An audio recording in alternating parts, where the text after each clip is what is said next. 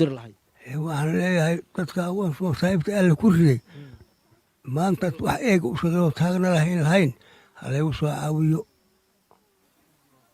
madaxweyne Mustafa Cagjar Maxamed Cumar waxaan ka codsanayaa maadaama madaxweynahanagii yahay agoonta inuu naga qaabilo danyarta ee ducafada ee agoontoomay darrad deegaankanaga muslimiinta ah waxaan leenahay iyo caalamka oo dhan wixii muslimiina ku nool agoomaha si looga karin lahaa ee wax loogu qaban lahaa marka ha u horeeyo madaxweynahanaga Mustafa Maxamed Cumar waxaan leenahay agoomaha ha qaabilo sidii loo korin lahaa sidii dadka uu la wareegi lahaa maatida ah ee 36 qof ah daawadayaal halkan aan ku sugannahay waa santarka Harahawd oo hoos tagta degmada Shabeelley ee deegaanka Soomaalida ee Itoobiya halka waxa maraya togi faafan waanu ka gudbi doonaa waxaanu ka soo warrami doonaa dhacdo naxdin leh oo 2 cisho ka hor ka dhacday halkan deegaankan Harahawd hoos yimaada oo aanu togan faafan markaan ka talaabnaan tagi doono halkaas oo ah dhacdo naxdin lahayd oo 4 wiil oo walaalo ah ay ku dumay dhacdadaas si u dhacday qoyska dhibaatadaas ku dhacday iyo deegaankaas halkan ayaa gaadiidkii aanu kaga nimid magaalada Jigjiga aanu kaga soo safarnay ay mari waayeen dooxan dabadeedna waanu mari doonaa oo halkaas ayaynu gudbi doonaa warbixinta ayaanu halkaas idin ka soo tabin doonaa xaafadii 4taas qof ay ka baxeen ayaanu soo gaarnay bal ugu horreyn adigu magacaaga ku bilow dhacdadaas sida u dhacday aniga waxa la yiraahdaa Cabdisataar Sidona Waadan baa la yiraahdaa dhacdaas waxay u dhacday wiilashu ceel xidhan buu iyuu ahaa marka ceelkiiba yay kaga go'day fadhigu dhaqan baadiyaha xidh baa la yiraahdaa yaa marka waa la dhoobay markii la dhoobay waa la daboolay marka xidhigii baa keensaday sun yaa marka wiilashii waxa kaga go'ay fadhigu baa kaga go'ay markaa way baneeyeen tuumbada afkeedu kaga xidhnaa mishiin baa ceelka kor yaallay markaa tuumbadii kolkii uu fidwaalki kaga go'ay yay ceelkii meel ka baneeyeen markaa waxay yidhahdeen fidwaalkii soo qaada markaa kolkii horreeyey kolkuu saa u galay waxaa qabsatay suntii yaa markuu ku dhacay kii u horreeyey iyo kii ku xigeenay sidii dee ceelkii baa liqaye ka soo qabo haa isagoon gaadhinba ma garanaysaa yay suntii qabatay wuu ku dhacay kii kale kor joogay yaa isyidhi soo qabo kiina kolkuu wabtii gaadhay yaa suntii ku dhacday wuu ku dhexdhacay kii saddexaad baa isyidhi soo qaba dee isaguna sidii oo kale isna wuu ku dhacay kii afraad oo ka dambeeyey baa yaa loo dhawaaqoo layidhi war wiilashii ceelkii bay ku dhaceen mid baa la socday war iskaga joog buu yidhi anu dabaashaan qaanaa waan ka soo qaban buu yidhi joogo isna meeshii oo kale iyo isagiina ku dhacay sun baa meesha dee ragalaysay saasay afartii ceelka dumay baa sheekada lagu faafiyey oo duminay sunta baa nimanka dishay oo kunsantay dhinta ahaa geedkan lagu xidhay dhaqan baadiyaha xidhi baa la yidhaahdaa yaa suntaasaa ma garanayaa nimanka deelaysay saacadooduna way gashay saasay nimanku ay ku dhinteen daawadii halkan iminkaan dul fadhiyaa waa ceelkii allahu naxariistay 4 wiil ku dhinteen oo waa kan ceelkii afkiisii aniga iyo ninkan oo ka mid ah ehelada iyo goobjoogayaashuna dushiisaanu fadhinaa godkii waa kaa allahu naxariisto 4 marxuum geerida naxdinta leh ummadda Soomaaliyeed iyo dadka Soomaaliga ah oo dhan gaadhay ceelkan ka dhacday hadda dul fadhina afkiisina kan yahay sidoo u dhacday magacaagana nagu horeen ku bilow aniga waxa la yiraahdaa walaal Cabdiraxmaan Shuur Khalifa la yiraahdaa meeshan ay dhibaatadu ka dhacday waxaan horta u mahadcelinayaa marka ugu horeysa MMTV marka walaalayaal masiibadu halkan ka dhacday 4 nin oo walaalo ah oo isku xigtay oo hooyo wada nuujisay oo aabba wada dhalay oo mar qudhaata ku dhaca tii koobaad bay nagu noqotay maxaa masaa'ib labaad nagu noqotay meydkoodii si aan u soo saarannaa weynay si aan ula soo baxnaa weynay dadkii iyo ciyaalkii iyo dumarkii si aan uga celinaa weynay kabacdi 2 saacadood markii dhibaatadaasi haysatay dawladda ayaa noo soo birmatay ciidan baa isku gaaray marka ciyaalkii iyo ehladii iyo qaraabadii waa dad dayacan dad daciif ah weeyaan waa dhuxulaysatay iyo xoogsatay ceelka yar bay ku masruufayeen ceelka beertooda ku waraabinayeen intalkii allahu naxariistay 4 wiil ku dhinteen oo waa kan ceelkii afkiisii aniga iyo ninkan oo ka mid ah ehelada iyo goobjoogayaashuna dee dushiisaanu fadhinaa godkii waa kaa allah u naxariisto afarta marxuum geerida naxdinta leh ummadda soomaaliyeed iyo dadka soomaaliga ah oo dhan gaadhay ceelkan ka dhacday aynu hadda dul fadhino afkiisina kan yahay sidee u dhacday magacaagana nagu horeen ku bilow. aniga waxaa la yidhahdaa walaal cabdiraxmaan shukur khaliif baa la yidhahdaa meeshan ay dhibaatadu ka dhacday waxaan horta u mahad celinayaa marka ugu horeysa MMTV marka walaalayaal masiibadu halkan ka dhacday 4 nin oo walaalo ah oo isku xigtay oo hooyo wada nuujisay oo aabba wada dhalay oo mar ku dhaca tii koobaad ba nagu noqotay maxaa masaa'ib labaad nagu noqotay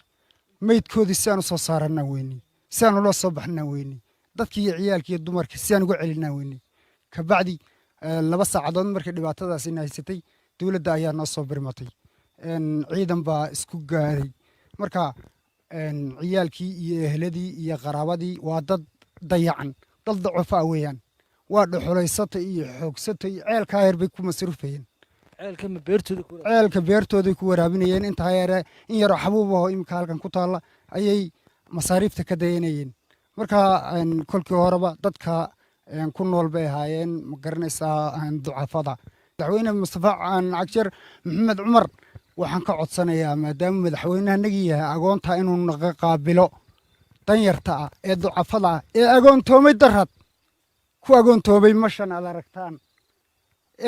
adeerkii wax u qaban lahaa dumarka soomaalida dhaqankeedu way istumaalaan way iskoriyaan way isku naxaan waxbay isku qabtaan xitaa ma garanaysaa meel cuskadaan ma jiro waxa weeyaan xaggeen cuskanay bay ku waayeen iyagii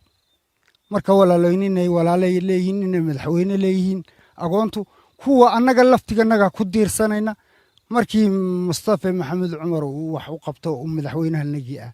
walaalayn idinkuna imika xilli habeenaan joognaa waxa weeyaan saacada habeenaynu ku jiraa imika dhalinyaro yaryar baa tihiin halkan libaaxaa gala halkan shabeelkaa gala halkan waraabaha gala waxaan ka yaabay sida aad idinku naftiina ugu soo hurteen laftigiinu mashi lagu la'aanayay in aad naftiina ugu soo hurteen imika qurmoon baan xamili lahay mashi in badan oo se waxa nooga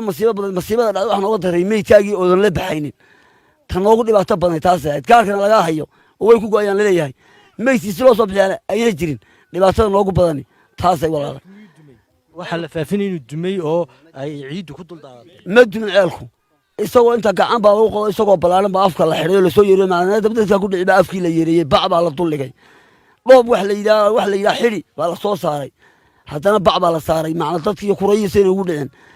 umbayla inta kaceen muruqooda maaliyeeno ceelkan bishiinka maartay unbay ku xoogsan jireen mashruuc bay ka beeran jireen basal ka beeraayo toon ka beeraayo waxay ka beeraanba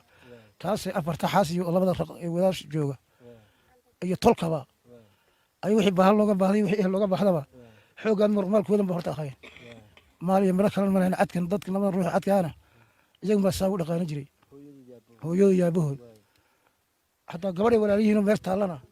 iyagu baa haddana ehel u ahaa dad wiilashan 2 wiil oo midba baa kala yahay ma gabadh raggan la baahayd raggan gabadh la baahtahay raggan la baxa iyo 2 wiil saddexdaas haray labadii wiil midba baa gaara labadaasina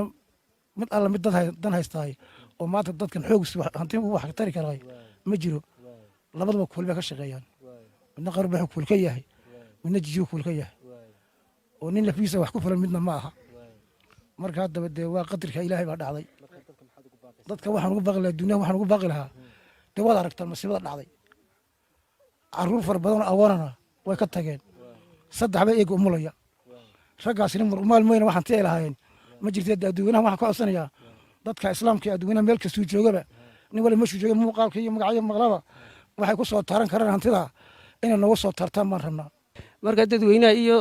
qurba joogta iyo wixii muslimiina waxaan ka codsanaynaa caruurta sidii noola korin lahaayeen iyo dadka islaamka ee muslimiinta bas wax qabad iyo qacan qabadba dadka islaamka iyo tan oo kale lama arag de wax 4 nin oo walaalo oo caafimaad inta ku wada dhaadhacaan de masiibadan oo kale reer ay hesho de dadweynaha sidii macnaha de inayna waxaan adduunka la arag ma jiro tan oo kale masiibadan oo kale tuudee la arkay oo wadankeena ka dhacday maaha marka dadweynaha iyo ummadda ilaahay iyo dadka noo yimid iyo waxaan ka codsanaynaa saa dadka walaalayaal gacan qabs iyo dadka agoonta dadkii korin lahaa ee walaalaha ay ahayd dadka muslimiinta ay shahaadanaya weeyaan aan tashanno xilli habeenaan ay noqotay wuxuu yidhi markaa anig iga qaada mishiinka intaad ka soo bixisaan biyaha ha la maydho buu yidhi ceelka kurada ha laga maydho sunta ka soo korraysa weeyaan biyaha laguma go'aye raggu isagoo meydan buu biyaha ku dhacay marka sidii baa la yeelay mishiinkii baa dib loogu celiyey tuumbadii kolkii la maydhay yaa isagii la xidho waa lagu sii daayay xadhigaasaa lagu xidhay ninka waxaa la odhanaya ka soo bixiyey maxamed mataan afar kaba isagaa lugta kolkuu la gaadhay uu karkaarka saa u qabsaday biyaha dhexdoodii biyaha shaygu kolkuu dhex jira waa wax fudud lugtu saa ugu soo qabsaday kolkuu soo gaadhay yuu kor soo qabsado xadhiggii isaga ku jiray buu iska bixiyey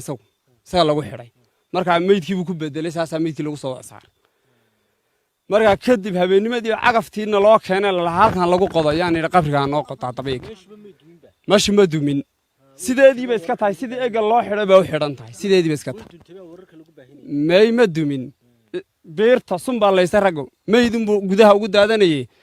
nolol lama tegay nafi kuma jirin kolka biyaha ku dhaceen hoose deegaankanaga muslimiinta ah waxaan leenahay iyo caalamka oo dhan wixii muslimiina ku nool agoommaha si nalooga korin lahaa ee wax loogu qaban lahaa markaa ha u horeeyo madaxweynaha anagu mustafa maxamed cumar waxaan leenahay agoommaha ha qaabilo sidii loo korin lahaa sidii dadka uula wareegi lahaa maatida ah ee 36 qof ah ee maatida yaryarka ka ugu horeeya ninka ugu weyn ilmihiisa yaa maanta yaa reerle saddexda kale maati iskuma qadaa weeyaan ka ugu horeeya 10 jir yahay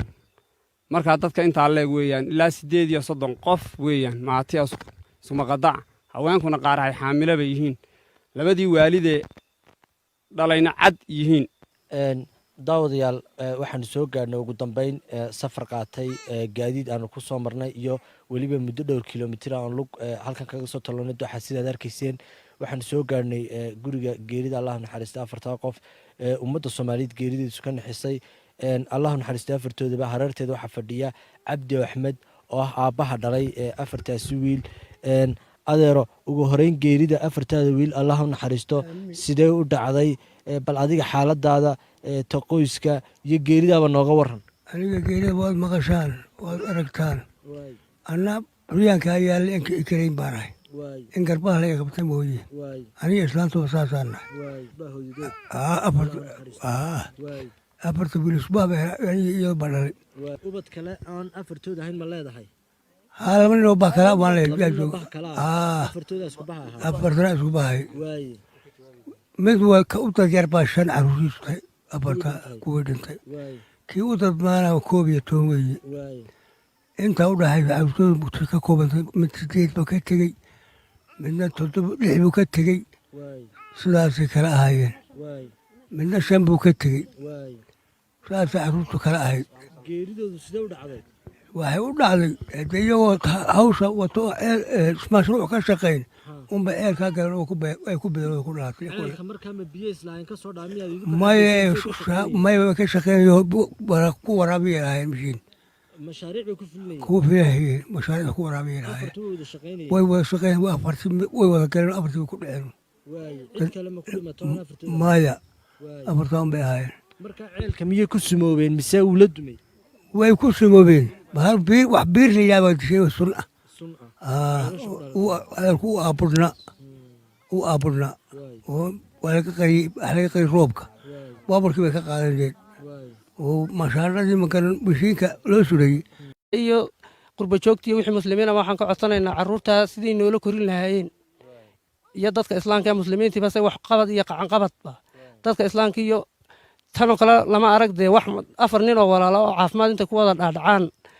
dee masiibadan oo kale reer ay hesho dee adduweynaha sidii macnaha dee inayna waxaan adduunka la arag ma jiro tanoo kale masiibadan oo kale tudee la arkay oo waddankeena ka dhacday maaha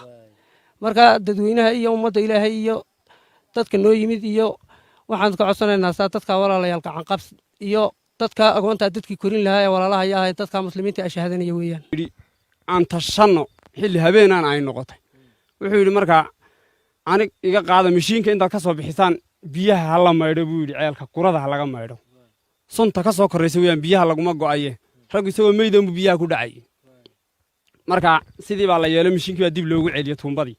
kolkii la maydhay yaa isagii la xidho waa lagu sii daayay xadhigaasaa lagu xidhay ninka waxaa la odhanaya ka soo bixiyey maxamed mataan afar kaba isagaa lugta kolkuu la gaadhay uu karkaarka saa u qabsaday biyaha dhexdoodii biyaha shaygu kolkuu dhex jira waa wax fudud lugtu saa ugu soo qabsaday kolkuu soo gaadhay yuu kor soo qabsado xadhiggii isaga ku jiray buu iska bixiyey isaga lagu xidhay markaa meydkii buu ku bedelay saasaa meydkii lagu soo saaray markaa kadib habeennimadii cagaftiina loo keenay lalahaa halkan lagu qodo yaan idhi qabrigaa noo qotaa dabiiga meesha ma dumin sideediiba iska tahay sidii eega loo xidhay baa u xidhan tahay sideediiba iska tahay may ma dumin beerta sun baa laysay raggo meydunbuu gudaha ugu daadanayey nolol lama tegay nafi kuma jirin kolkii biyaha ku dhaceen hoose deegaankanaga muslimiinta ah waxaan leenahay iyo caalamka oo dhan wixii muslimiina ku nool agoommaha si nalooga korin lahaa ee wax loogu qaban lahaa markaa ha u horeeyo madaxweynaha anagu mustafa maxamed cumar waxaan leenahay agoommaha ha qaabilo sidii loo korin lahaa sidii dadka uula wareegi lahaa maatida ah ee 36 qof ah ee maatida yararka ka ugu horeeya ninka ugu weyn ilmihiisa yaa maanta yaa reerle saddexda kale maati isku maqadaa weeyaan ka ugu horeeya 10 jir yahay marka dadka inta leeg weeyaan ilaa 38 qof weeyaan maati isku maqadaa haweenkuna qaar ay xaamilo bay yihiin labadii waalide dhalayna cad yihiin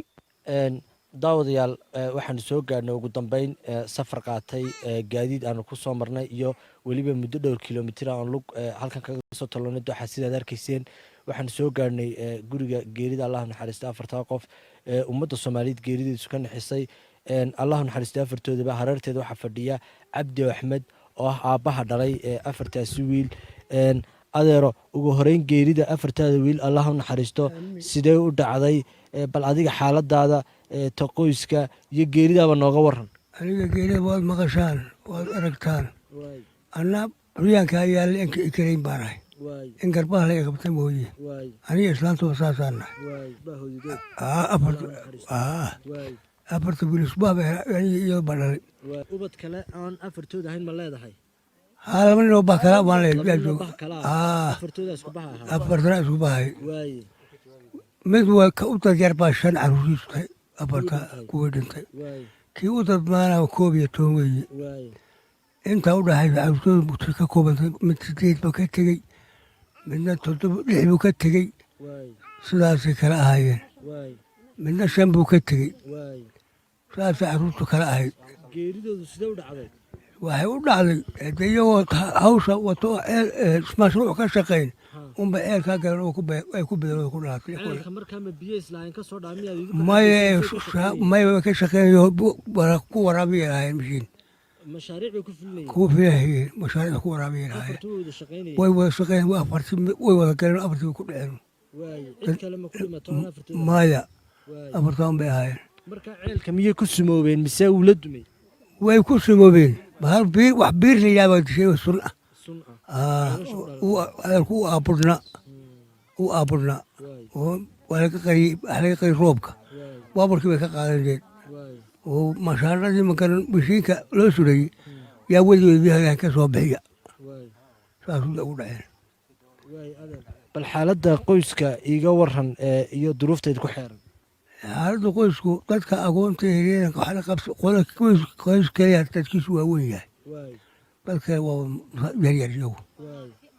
ka shanta le ka ugu weyn 5 jirka ugu weyn ka haddii la yidhaha 8 le midka eega 15 jirka ugu weyn kan mataqaanaa 5 le ka 9 jirka ugu weyn saas dadkaa yaryar weeye hal qoysa mooye qoys bay uradka ahaa la eegada siduu kacay dad hantina fiicanna ma leh mashaariicda iyo beeraha iska wadoteenoo intaas uguma turbaanayeen maxiina intii ka fadhiisa dadki sidaasaan anuguna adiga caafimaadkaaga bal ka waran iyo asaad wax u qabsan maanigu kaadidaba ma tegi karo kaadidaba waa laygu horiye socon ba kari maayo intaan dhaqaaqo kaa soo kaaji maayo indhuhuna waa ka aragto damta aan ka ahay janna wax qabsan kari ma ihi dad badir lahayd waxaan leeyahay dadka masaa'ibta alla ku riday maanta wax eega u shaqeeyo taagna lahayn halaygu soo caawiyo se u dhacday qoyska dhibaatadaasi ku dhacday iyo deegaankaas halkan ayaa gaadiidkii aanu kaga nimid magaalada jigjiga aanu kaga soo safarnay ay mari waayeen dooxan dabadeedna waanu mari doonaa oo halkaas ayaynu gudbi doonaa warbixinta ayaanu halkaasi idinka soo tabin doonaa xaafaddii afartaas qof ay ka baxeen ayaanu soo gaadhnay bal ugu horreyn adigu magacaaga ku bilow dhacdadaasi sidee u dhacday aniga waxaa la yidhahdaa cabdisataar sidoona waadan baa la yidhahdaa dhacdadaas waxay u dhacday wiilashu ceel xidhan buu iyuu ahaa markaa ceelkiiba yay kaga go'day fidhbu dhaqan baadiyaha xidh baa la yidhaahdaa yaa markaa waa la dhoobay markii la dhoobay waa la daboolay markaa xidhigii baa keensaday sun yaa markaa wiilashii waxaa kaga go'ay fidhwaan baa kaga go'ay markaa way banneeyeen tuumbada afkeedu kaga xidhnaa mishiin baa ceelka kor yaallay markaa tuumbadii kolkii uu fidhwaalki kaga go'ay yay ceelkii meel ka banneeyeen markaa waxay is yidhahdeen fidhwaalkii soo qaada markaa kolkii horreeyey kolkuu saa u galay waxaa qabsatay suntii yaa markuu ku dhacay kii u horreeyey iyo kii ku xigeenay is yidhi dee ceelkii baa liqae ka soo qabo haa isagoon gaadhinba ma garanaysaa yay suntii qabatay wuu ku dhacay kii kaleoo kor joogay yaa is yidhi soo qabo kiina kolku wabtii gaadhay yaa suntii ku dhacday wuu ku dhexdhacay kii saddexaad baa is yidhi soo qaba dee isaguna sidii oo kale isna wuu ku dhacay kii afraad oo ka dambeeyey baa yaa loo dhawaaqoo layidhi war wiilashii ceelkii bay ku dhaceen mid baa la socday war iskaga joog buu yidhi anu dabaashaan qaanaa waan ka soo qaban buu yidhi joogo isna meeshii oo kale iyuu isagiina ku dhacay sun baa meesha dee ragallaysay saasay afartii ceelkaa dumay baa sheekada lagu faafiyey oo duminay suntaa baa nimanka dishay oo dhintay ahaa geedkan lagu xidhay dhaqan baadiyaha xidhi baa la yidhaahdaa yaa suntaasaa magarayaa nimanka deelaysay saacadooduna way gashay saasay nimanku ay ku dhinteen daawade halkan iminkaan dul fadhiyaa waa ceelkii allahu naxariistay afarta wiil ku dhinteen oo waa kan ceelkii afkiisii aniga iyo ninkan oo ka mid ah ehelada iyo goobjoogayaashuna dee dushiisaanu fadhinaa godkii waa kaa allahu naxariisto afarta marxuum geerida naxdinta leh ummadda soomaaliyeed iyo dadka soomaaliga ah oo dhan gaadhay ceelkan ka dhacday aynu hadda dul fadhino afkiisina kan yahay sidee u dhacday magacaagana ugu horeen ku bilow aniga waxaa la yidhahdaa walaal cabdiraxmaan shukur khaliif baa la yidhahdaa meeshan ay dhibaatadu ka dhacday waxaan horta u mahad celinayaa marka ugu horeysa t v marka walaalayaal masiibadu halkani ka dhacday 4 nin oo walaalo ah oo isku xigtay oo hooye wada nuujisay oo aabba wada dhalay oo mar qudhaata ku dhaca tii koobaad ba nagu noqotay maxaa masaa'ib labaad nagu noqotay meydkoodii si aan u soo saarannaa weynay si aan ula soo baxnaa weynay dadkii iyo ciyaalkii iyo dumarkii si aan uga celinaa weynay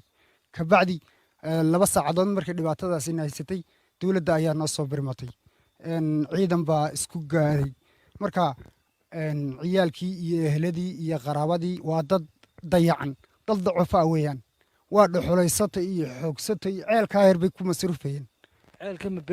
ceelka beertooday ku waraabinayeen intaa yare in yaroo xabuubaho imika halkan ku taalla ayay masaariifta ka dayanayeen marka kolkii horeba dadka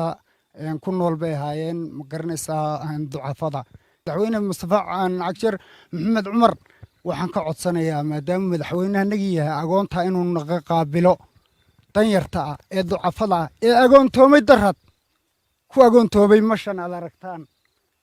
ee adeerkii wax u qaban lahaa ee dumarka soomaalida dhaqankeedu way istumaalaan way iskoriyaan way isku naxaan waxbay isku qabtaan xitaa ma garanaysaa meel cuskadaan ma jiro waxa weeyaan xaggeen cuskanay bay ku waayeen iyagii marka walaalooyninay walaalay leeyihiin inay madaxweyne leeyihiin agoontu kuwa annaga laftiganaga ku diirsanayna markii mustafa maxamed cumar uu wax u qabto madaxweynahanagii ah walaalayn idinkuna iminka xilli habeenaan joognaa waxa weeyaan saacada habeenaynu ku jiraa iminka dhalinyaro yaryar baa tihiin halkan libaaxaa gala halkan shabeelkaa gala halkan waraabaha gala waxaan ka yaabay sida aad idinku naftiinna ugu soo hurteen laftigiinnu mashi lagu la'aanayey in aad naftiinna ugu soo hurteen iminka qurmoon baan xamili lahay mashi in badan oo se waxa nooga masiibada dhacday waxa nooga daray meydkaagii oodan la baxaynin tan noogu dhibaato badan taas ahayd kaarkana laga hayo oo way ku go'ayaan leeyahay meydkiisi loo soo bixiyaan ayna jirin dhibaatada noogu badani taasay walaala waxaa la faafinay inuu dumay oo ay ciiddu ku duldaadatay ma dumin ceelku isagoo inta gacan baa lagu qodo isagoo balaaran baa afka la xidhay oo lasoo yeeriyo macnaa dabdadka ku dhici baa afkii la yeeriyey bac baa la duldhigay dhoob wax la yidhaha xidhi baa la soo saaray haddana bac baa la saaray macna dadkii kurayiisayna ugu dhicin umbaylaa inta kaceen uma muruqooda mamaaliyeen oo ceelkan bishiinkan maaragtay unbay ku xoogsan jireen mashruuc bay ka beeran jireen basal ka beeraayo toon ka beeraayo waxay ka beeraanba taasay afarta xaas iyo labada raq ee wadaas jooga iyo tolkaba ay wixii bahal looga baahday wixii ehel looga baahdaba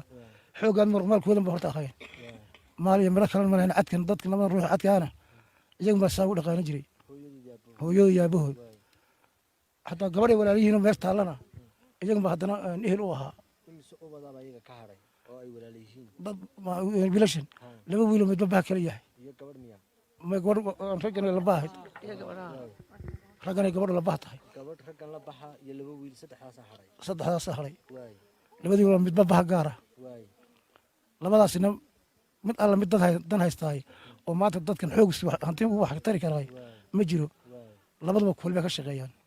midna qarbaxu kuul ka yahay midna jijiyo kuul ka yahay oo nin lafiisa wax ku filan midna ma aha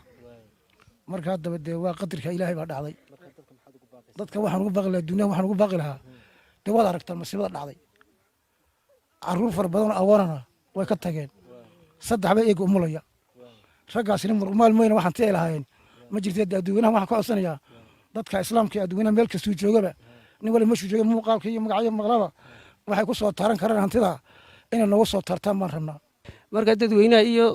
qurba joogta iyo wixii muslimiina waxaan ka codsanaynaa carruurta sidii noola korin lahaayeen iyo dadka islaamka ee muslimiintiiba se wax qabad iyo qacanqabadba dadka islaamka iyo tanoo kale lama arag dee wax 4 nin oo walaalo oo caafimaad inta ku wada dhaadhacaan dee masiibadan oo kale reer ay hesho dee dadweynaha sidii macnaha dee inayna waxaan adduunka la arag ma jiro tanoo kale masiibadan oo kale tudee la arkay oo waddankeena ka dhacday maaha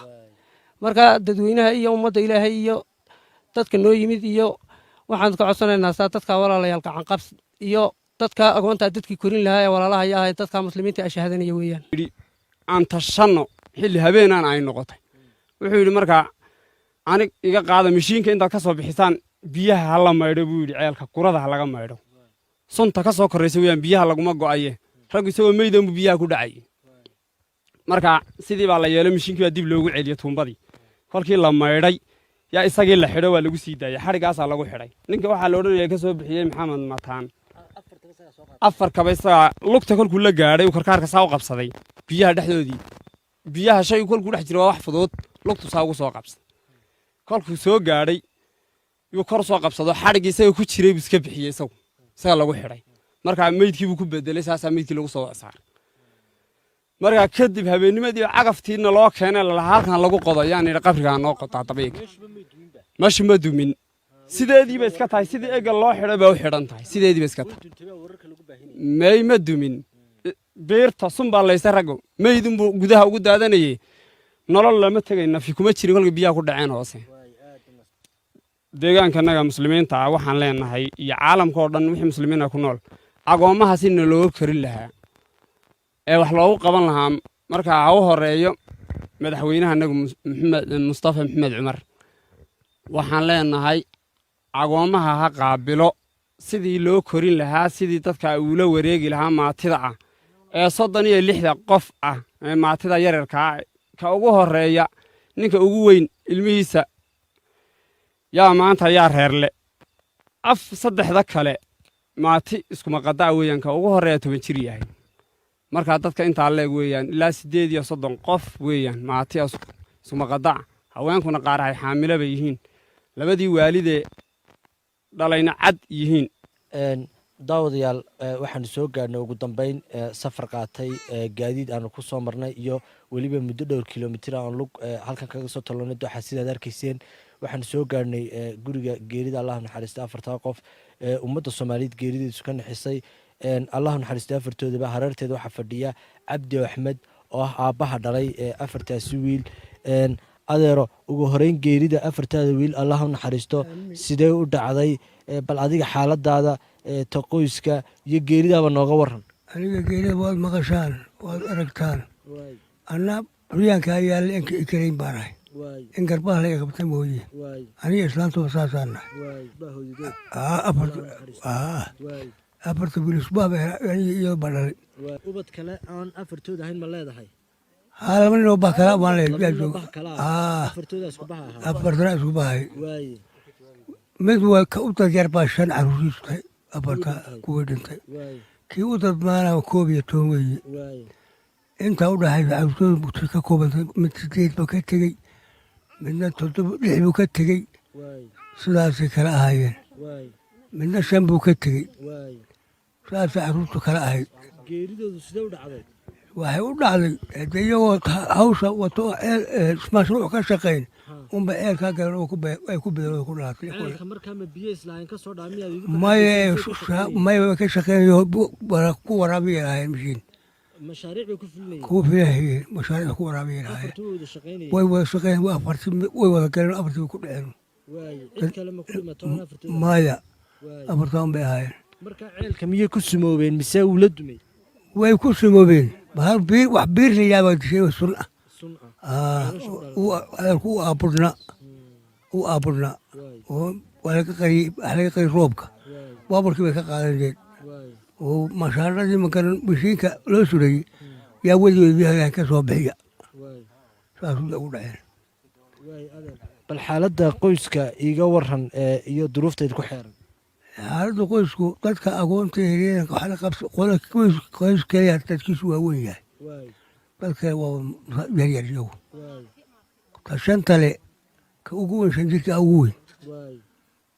ta haddii la dhaha 8dale midka eega 15 jirka ugu weyn kan mataqaanaa shantale ka 9 jirka ugu weyn saas dadkaa yaryar weeye hal qoysa mooye qoys bay uradka ahaa la eegadiisu kacay